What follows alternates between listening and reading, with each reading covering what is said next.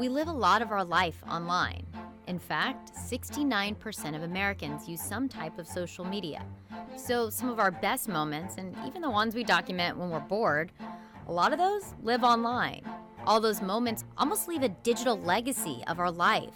So what happens to all that stuff when we die? Those questions always seem so far off until they're not. A lot of what happens after you die depends on whatever platform you're using and the decisions you make before you die. Facebook and Google let you choose a legacy contact, someone who can manage your account after you die.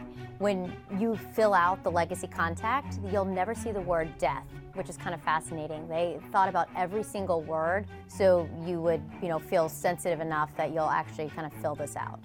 But it's not automatic, so you actually have to plan ahead. Instagram, Pinterest, Snapchat, and Twitter don't offer legacy contacts, and accounts are either closed after 6 months of inactivity, they can be memorialized, or deactivated after a request from a family member. But there is a way to control your accounts from the grave. There's a service called Dead Social, and you can actually pre-program tweets.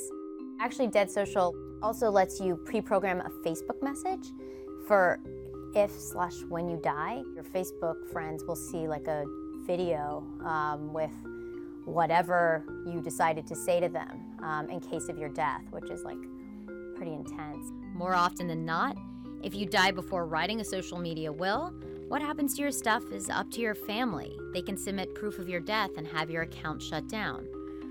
Or your friends could turn you into a bot.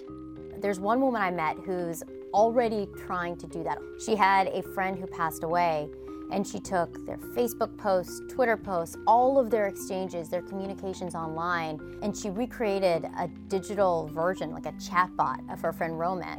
I just wanted to see what will happen. And a few weeks later, I realized that I'm at a party and texting with my dead friend for the last 30 minutes.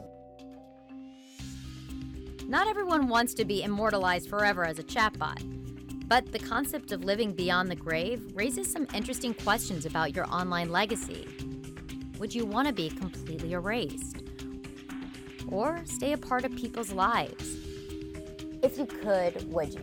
If there's a service that lets me pre-program tweets to tweet my friends after I die, would that help or would that hurt them? These accumulating number of accounts left by deceased users are increasingly becoming a digital graveyard. With nearly 2 billion users, Facebook has potential to become the largest digital graveyard in the world. Facebook wouldn't comment on how many of their users are deceased. What is clear is that tech companies want us to start talking about death. Back in the day, it was like you wanted to write if let's say you're dying, you want to write your kids' notes and put them in an envelope and have them open them at certain times. Tech is just like another medium for what's been happening for decades, for centuries, right?